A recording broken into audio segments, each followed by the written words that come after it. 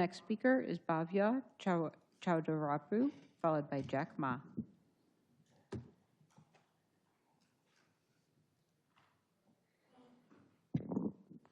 Good afternoon, City Council. My name is Bavya Chowdavarapu, and I am a recent graduate of Naperville Central High School.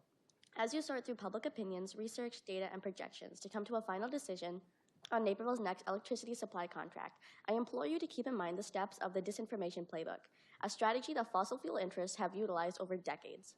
The disinformation playbook, coined by the Union of Concerned Scientists, describes how corporations manipulate and misinform the public while discrediting the science our policies and regulations rely on. First, the fake, which is when corporations conduct counterfeit science to try to pass it off as legitimate research. This can come in the form of selective publishing of results, improper disclosures of conflicting interests, and funding studies with flawed methodologies. Next, the blitz, which is fossil fuel interests harassing and attempting to discredit opponents, such as tarnishing reputations of opposers, promoting contrarian scientists, and labeling legitimate scientists as alarmists. Furthermore, fossil fuel companies enact the diversion, where they manufacture uncertainty about science where little to none exists. To quote the UCS, a now infamous memorandum from a tobacco executive in 1969 captured this strategy well. Doubt is our product, since it is the best means of competing with the body of fact that exists in the minds of the general public.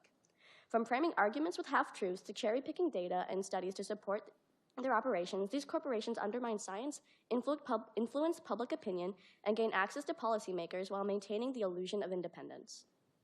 Following this is the screen, where fossil fuel interests buy credibility through alliances with academia and professional societies.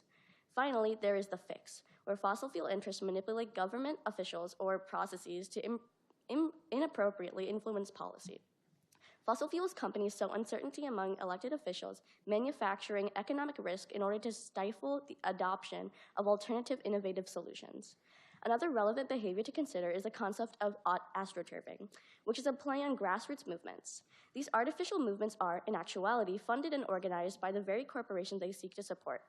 By giving elected representatives the impression that public organizations oppose scientifically sound policy positions, fossil fuel interests are able to manufacture public controversy and lend credibility to positions that benefit themselves to the detriment of constituents.